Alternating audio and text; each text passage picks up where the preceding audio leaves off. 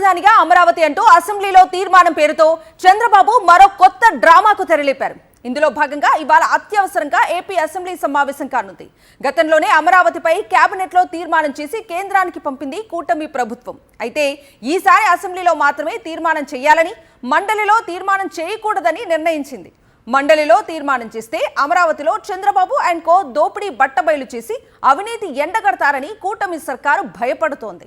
మండలిలో చర్చ పెట్టకుండా చంద్రబాబు ప్రభుత్వం పారిపోతోంది.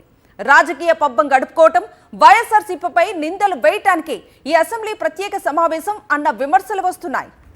ఏపీ రాజధానిగా అమరావతి అంటూ అసెంబ్లీలో తీర్మానం పేరుతో చంద్రబాబు మరో కొత్త డ్రామాకు తెరలేపారు.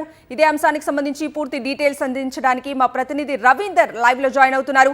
రవీందర్,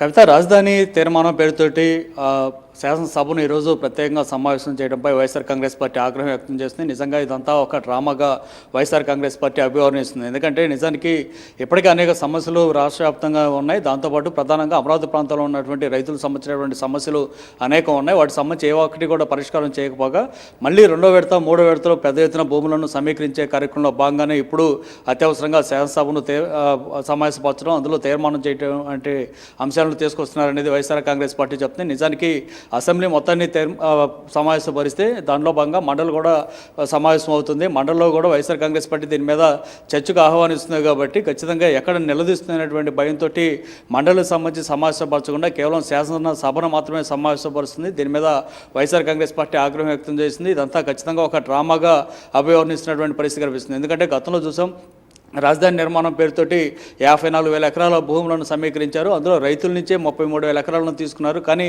వారికి ఎప్పటివరకు అభివృద్ధి చేసినటువంటి ఫ్లాట్లు ఇవ్వాల్సింది, కానీ ఎంతవరకు ఎక్కడ ఇచ్చింది లేదు. అక్కడక్కడ కొన్ని చోట్ల ఇచ్చినప్పుడు కూడా అవన్నీ వాగుల్లోనూ చెరువుల్లోనూ ఉన్నటువంటి పరిస్థితి. కానీ వాటిని పూర్తి చేసి మళ్ళీ అక్కడ రైతులకు ప్లాట్లు ఇవ్వాలంటే అది లీగల్గా కూడా సమస్యలు ఎదురవుతాయి. కానీ ఈ నేపథ్యంలోనే వాటి సమస్య ఎక్కడ బయటకు రాకుండా చేసేటువంటి ప్రయత్నం ఒకవైపు చేస్తున్నాయి. మరోవైపు రెండో విడత మూడో విడత భూ సమీకరణకు వెళ్లేందుకు చంద్రబాబు సర్కార్ నిర్ణయం తీసుకుంది. ఇప్పటికే మంత్రులు ఆ గ్రామాలకు వెళ్ళినప్పుడు రైతుల నుంచి తీవ్రస్థాయిలో ప్రతిఘటన, వ్యతిరేకత వ్యక్తం అవుతున్నటువంటి నేపథ్యంలో వీటన్నిటిని మభ్యపెట్టి ఒక డ్రామాని క్రియేట్ చేసే కార్యక్రమంలో భాగంగానే ఇప్పుడు అత్యవసరంగా శాసనసభను సమావేశపరచడం ద్వారా రాజధాని తీర్మానం అనేది చేయబోతున్నారనేది వైఎస్ఆర్ కాంగ్రెస్ పార్టీ చెప్తున్నమాట. అక్కడ జరుగుతున్నటువంటి అవినీతి అక్రమాలు పెద్ద ఎత్తున జరుగుతున్నాయి. నిజానికి రాష్ట్రంలోనే కాదు, దేశవ్యాప్తంగా ఎలాంటి పెద్ద నగరాల్లో చూసినా కూడా చదరపు అడుగుకి కేవలం 2 నుంచి 3,000 రూపాయలు మాత్రమే ఖర్చు అవుతుంది. లేదా ఇంకొక 1,000 రూపాయలు, దాదాపు 4,000 రూపాయలు ఖర్చు పెడితే 5 స్టార్ ఫెసిలిటీస్ లభ్యమయ్యేటువంటి బిల్డింగుల నిర్మాణం జరుగుతున్నాయి. కానీ రాజధానిలో మాత్రం ఏకంగా 19,000 రూపాయలను నిర్మాణాలకు ఖర్చు పెడుతున్నారంటే ఏ స్థాయిలో అవినీతి జరుగుతుందో అర్థమవుతుంది. ఈ నేపథ్యంలోనే మండలిలో కూడా ఈ సమావేశం తీర్మానం పెడితే కనుక వైఎస్ఆర్ కాంగ్రెస్ పార్టీ గట్టిగా అవినీతి అక్రమాలపై నిలదీస్తున్నటువంటి భయంతో మండలిని కాదని శాసనసభలో మాత్రమే తీర్మానం పెడుతుందని, ఇదంతా కూడా కేవలం చంద్రబాబు సర్కార్ చేస్తున్నటువంటి డ్రామాగా వైఎస్ఆర్ కాంగ్రెస్ పార్టీ చెప్తోంది. Kavitha. Right Ravinder, thank you.